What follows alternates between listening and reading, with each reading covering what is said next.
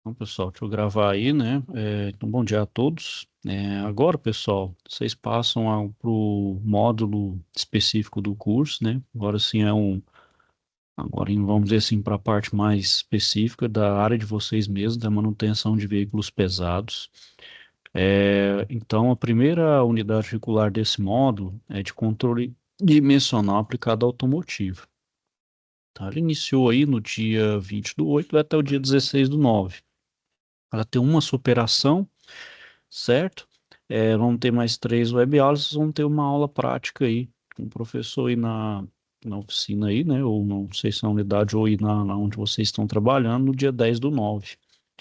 Bom, bom, pessoal, então, só dando um adendo do que a gente vai ver aí, né? Bom, controle dimensional também remete à palavra metrologia, né? Então, tudo que a gente, na área mecânica, né, pessoal? Tudo na área não só mecânica, elétrica, área fabril, produção, a gente precisa de um controle de qualidade. E esse controle de qualidade está ligado à metrologia. O que que é a metrologia? As medidas, né? Então, tudo aquilo que eu vou fabricar, uma peça mais simples até a mais complexa, ela possui dimensões, né? E essas dimensões, né, a minha fábrica, se for um processo desde também, da mesma forma, desde um processo simples até um processo complexo também, ela tem que ter um controle de qualidade nessa questão das dimensões, né? Porque, por exemplo, se eu projeto uma peça, projeto uma máquina, projeto um equipamento e ele não sai com as dimensões que eu projetei, ela pode dar uma falha prematura, né? Pode sair fora da qualidade, né? Então, fora da qualidade esperada para aquilo que foi projetado, para aquilo que foi idealizado, né? Então, essa parte de metrologia, ela é essencial, né? Ela é fundamental em toda e qualquer área, né? Então, você vê que todo lugar aí tem um chamado controle de qualidade. E no controle de qualidade, a gente tem a metrologia, né? É vinculado a ela aí, né? Então, pessoal, a gente iniciar aí, passar um vídeo da indústria e logo em seguida a gente inicia, então, aí a nossa primeira web aula aí.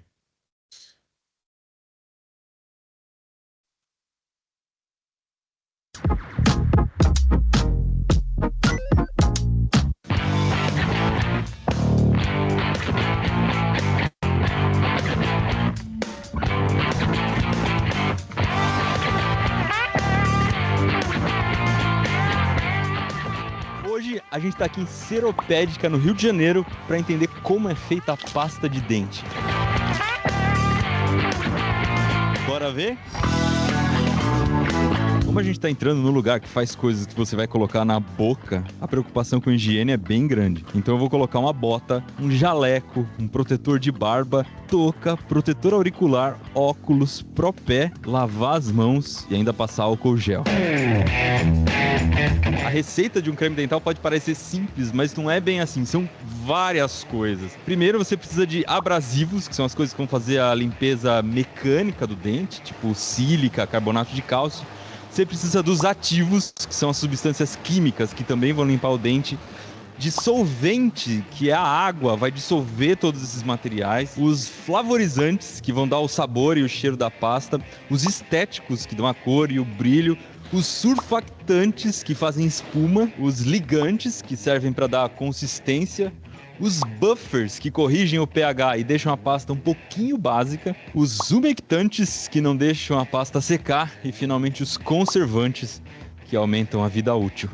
Separar tudo isso na quantidade certa não é tarefa das mais simples, porque tem coisa que vai de tonelada e tem coisa que vai só alguns quilos. Então eles têm vários tipos de pesagem aqui, algumas automáticas e outras que são feitas de um jeito bem diferente. Para os ingredientes líquidos, que correspondem a uma porcentagem bem pequenininha da fórmula, eles têm esse equipamento que é bem interessante, parece um posto de gasolina. A matéria-prima sai de uma bombona plástica, passa por esses canos de inox até chegar nesse bico aqui, onde é feita a pesagem manual. Eu não vou apertar, porque senão vai sair de verdade ingrediente aqui da ponta, eu vou fazer uma bela de uma lambança.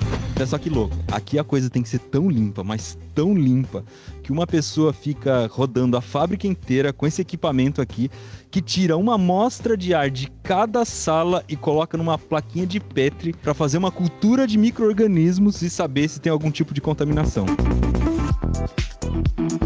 Todas Todos esses materiais vêm para um reator. O que não foi pesado ainda vai ser pesado nesses tanques, que é melhor não colocar a mão porque a superfície está quente, e depois vai passar para o reator por pressão negativa. Então eles vão criar um semivácuo lá dentro e os ingredientes vão passar por esses tubos e caem lá. Quando a gente fala de reator, não vai me confundir com reator nuclear. É reator porque aqui acontece uma reação química. Esse equipamento aqui tem basicamente 3 funções parecidas com coisas que você encontra na cozinha. Primeiro, funciona como uma batedeira para misturar os ingredientes. Segundo, como um moedor de carne, porque grande parte dos ingredientes são sólidos, então tem que quebrar esses torrões, essas partículas para misturar muito bem. E terceiro, como uma geladeira, então existe uma jaqueta de água gelada aqui em volta, que é para que essa reação química aconteça na temperatura certa. Olha o tamanho do motor da batedeira. E depois ainda tem que ser feita uma desaeração. O que é isso? É tirar as bolinhas de ar que se formaram lá dentro. Para fazer isso, eles diminuem muito a pressão dentro do reator e as bolhas se formam e vão saindo. Funciona mais ou menos como se você abrisse uma garrafa de refrigerante. Naquele momento você diminui a pressão dentro da garrafa e as bolinhas do gás que estava dissolvido no líquido vão sair. Meu, o hálito dessa máquina é muito bom. Ó, um lote acabou de ficar pronto, vamos tirar uma amostra para ver como é que tá. A questão é, como é que isso aqui limpa os seus dentes? O creme dental limpa basicamente de 2 jeitos. O primeiro é químico. Algumas substâncias reagem com as bactérias e com a sujeira que está nos dentes, na gengiva, na língua e quebra essas moléculas ou essas células e depois ainda protege a boca. O segundo jeito é mecânico. Existem algumas substâncias sólidas bem pequenininhas que você esfrega no momento em que está escovando e aí elas vão limpar os dentes por atrito. Todos os cremes dentais da Oral-B trabalham dessas 2 formas.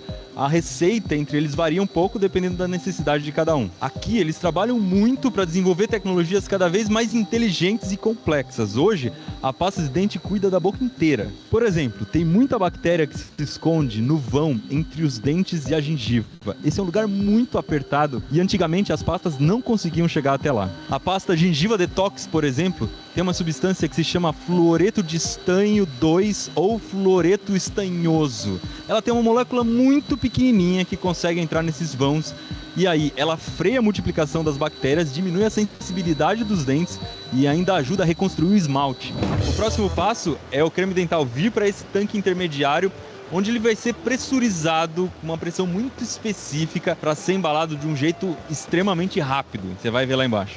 O tubinho chega na linha de produção assim. Ele está aberto no fundo e completamente cilíndrico. Aqui a gente consegue ver que por dentro ele é aluminizado para proteger bem o creme dental. Esses tubinhos são colocados de 15 em 15 na esteira. E a primeira coisa que a máquina vai fazer é girar o tubo para posicionar a marca no lugar certo. Isso é importante porque qualquer tubinho de pasta de dente que você vê, ele vai ter fechado assim. Não pode acontecer isso aqui, que ficaria bem esquisito, né? Logo em seguida, um bico injetor vai colocar exatamente 70 gramas de creme dental dentro de cada pacotinho. O próximo passo é um jato de ar quente de mais ou menos 300 graus para amolecer a ponta da embalagem e depois um mordente que fecha e coloca a data de validade.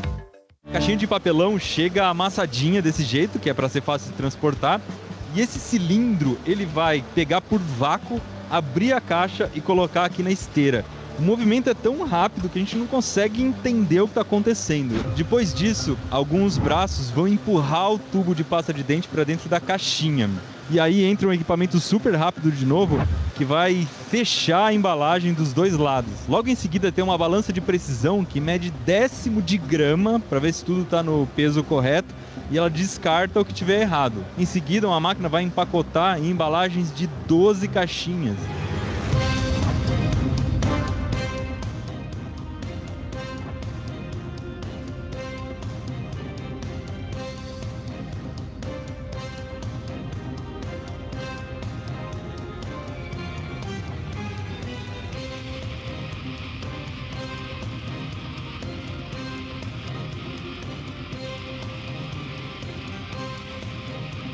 E a partir daqui a gente já não precisa mais de tanta proteção, porque você sabe que o creme dental está super bem embalado. Quer dizer, é só você não colocar ele ao contrário na linha de produção, porque aí ele descarta aqui.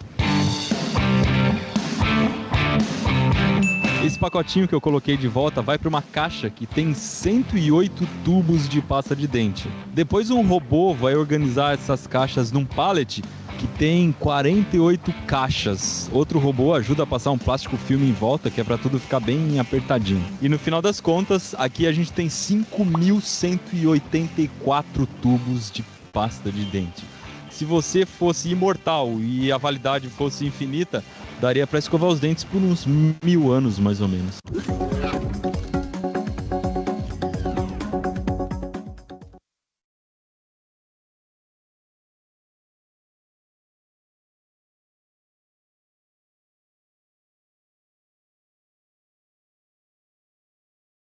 Bom, pessoal, então vamos lá, deixa eu compartilhar.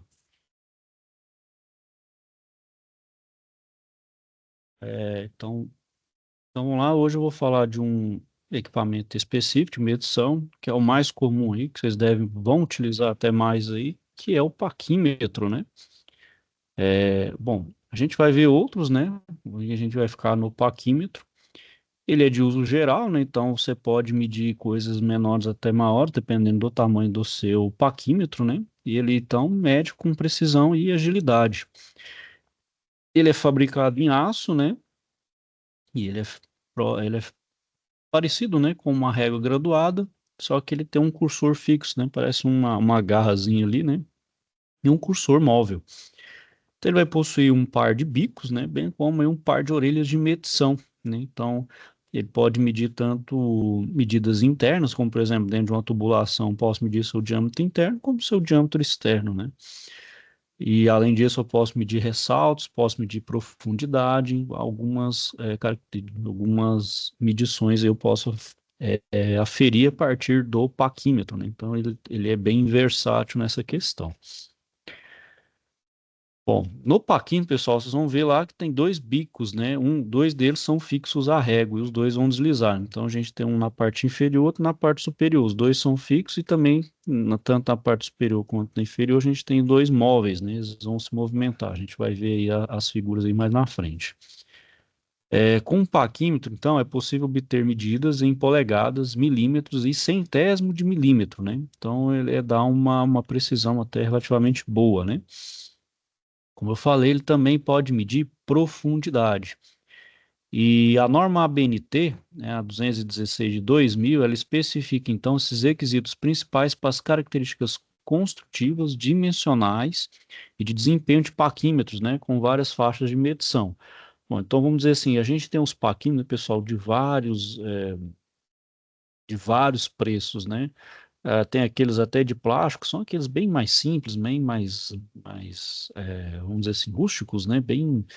É, bem barato, e eles são assim, para medidas bem, pra tirar uma medida rápida, você não precisa de tanta precisão, só que tem uma vida útil extremamente curta, né? Agora, os que são utilizados, por exemplo, em laboratórios de metrologia, né, nos laboratórios de controle de qualidade das indústrias, aí a gente utiliza aqueles mais caros, né? O mais comum que a gente acha nesses ambientes é o da marca Mitutoyo, que ela vamos dizer assim, ela é praticamente aí uma mais conhecida da instrumentação, né, de instrumentos de medição.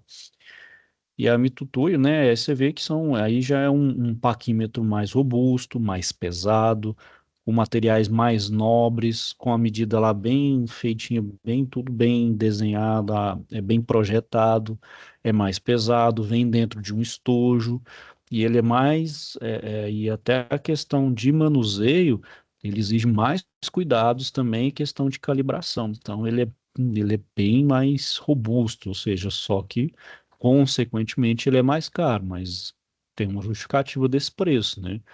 Para ele poder fazer, então, para esse paquímetro, né?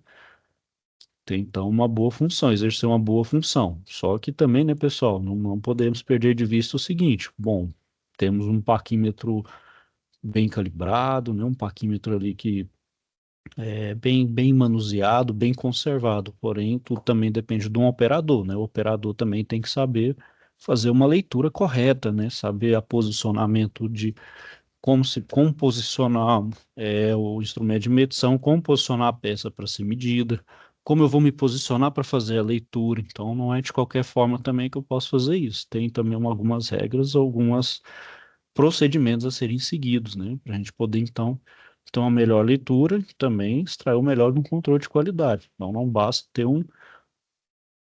também ter um bom instrumento de medição caro, senão se a pessoa não souber fazer o manuseio correto.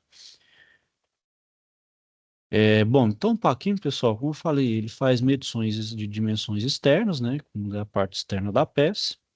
Tem as dimensões internas, pelas dimensões internas a gente desloca o cursor, né, então é a parte de baixo. Medida interna a gente desloca o cursor também. A dimensão de profundidade, geralmente atrás tem como se fosse uma reguinha, que ele também faz essa dimensão de profundidade. E as dimensões de topo, né? Então, da mesma forma que a dimensão externa também faz dimensão de topo. Então, tem aí, pessoal, o construtivo. Provavelmente muitos de vocês já devem ter visto aí, como vocês estão trabalhando em oficina, é bem, é bem usual ter aí um paquímetro ao lado aí de quem está mexendo na operação, né? Bom, e essas aqui, pessoal, são as partes do meu paquímetro. Então, a gente tem a orelha fixa, a gente tem a orelha móvel, que é nessa parte superior, a gente tem o nônio ou vernier. Nessa parte de cima aqui, a escala é em polegada, então ele pode fazer a leitura tanto em polegada quanto em milímetro, né? Então tem que saber fazer a leitura tanto em polegada quanto em milímetro. Aqui é o parafuso e travo, então no momento que eu faço uma medição ali, eu travo, né? Por exemplo, eu travo ali aí eu travo onde fez a medição, tiro a peça e faço a leitura, né? Sim, tem então que vem então me induzir um erro, né? Se eu não travar ali, ó, pode ser que volte, aí eu não sei qual que é a medição. Eu tenho que colocar a peça de novo, posicionar esse parafuso, depois travar ali, né? O cursor, né? Posicionar o cursor, travar e depois fazer a leitura correta. Tem um cursor, né? Que ele desliza aqui né? Nessa régua graduada aqui, na escala fixa, né? Ela desliza sobre essa escala fixa. Então, a gente tem a escala fixa de polegada e a de milímetro.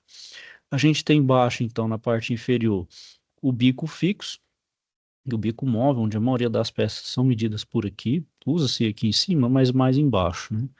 A gente tem o encosto móvel, o bico móvel, né? A gente tem o none ou vernier, que aqui também é em milímetros. Então, esse aqui a gente vê a escala a escala após a casa decimal, tanto no milímetro quanto na polegada.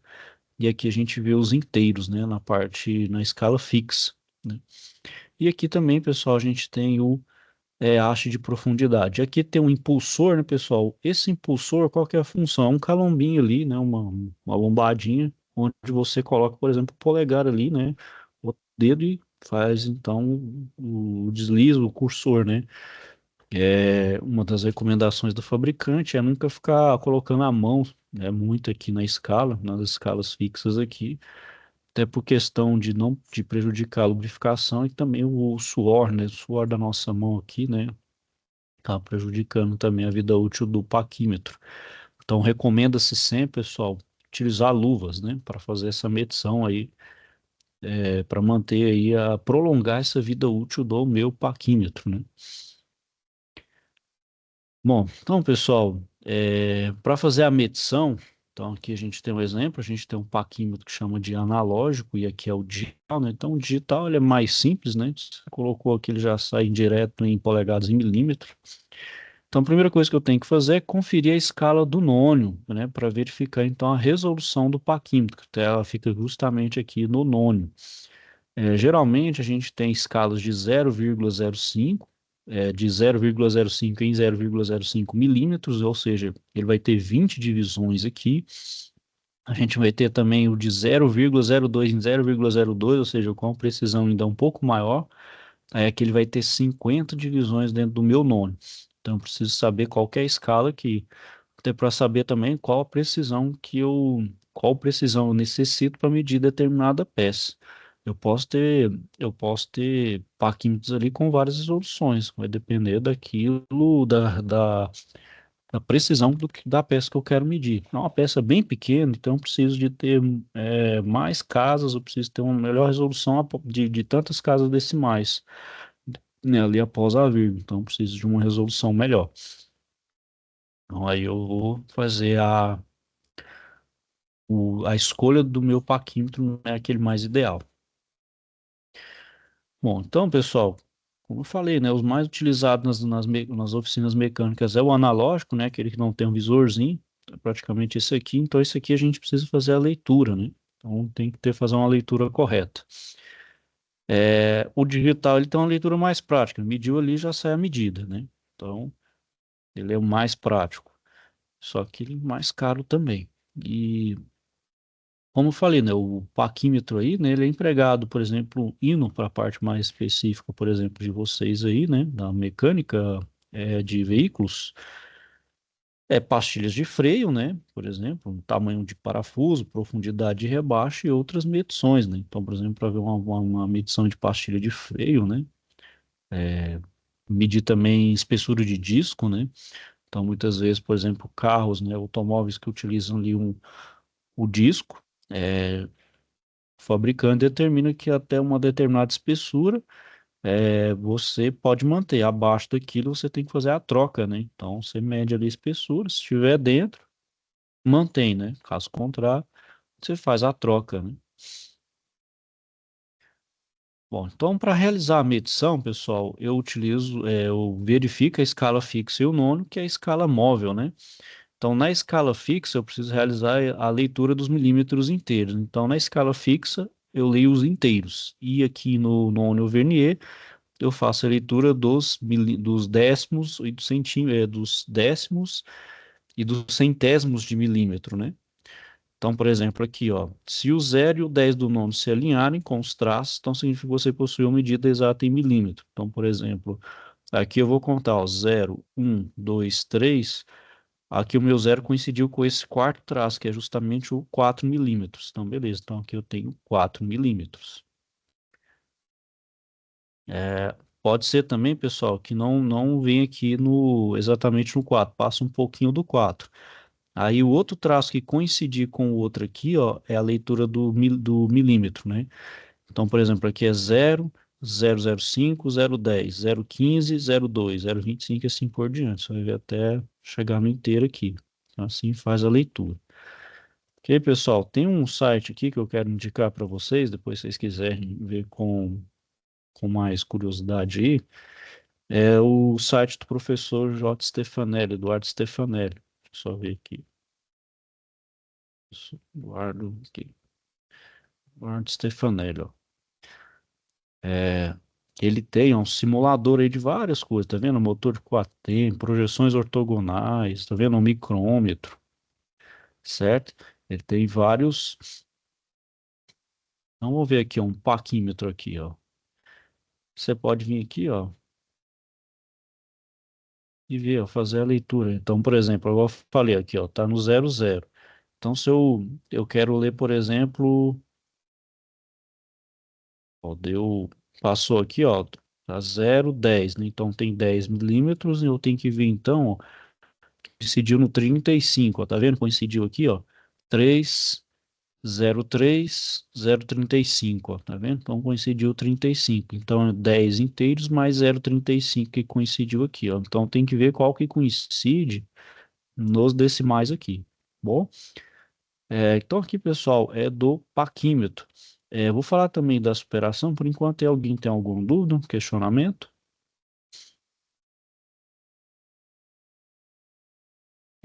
Só para avisar aqui, pessoal, as superações é, tiveram uma mudança, não está aqui na aba postagem das superações. Então, se vocês virem aqui de forma meio sem, vamos dizer, meio desavisado e clicar aqui, você fala, cadê as superações? Na verdade, ela está aqui, ó, biblioteca. Está na aba biblioteca. Aí tem aqui, ó, o descritivo da superação. O que que vocês vão fazer nessa superação aí, pessoal? Vocês vão fazer uma pesquisa bem simples, né? Até por questão aí o tempo é um pouco mais curto, né? Então, nós vamos fazer uma pesquisa de no máximo 3 páginas. Vamos falar sobre paquímetro, micrômetro e relógio comparador. Ok, pessoal? Vocês podem fazer ela digitada ou feito à mão. Tá bom? Até aqui alguém tem alguma dúvida, questionamentos?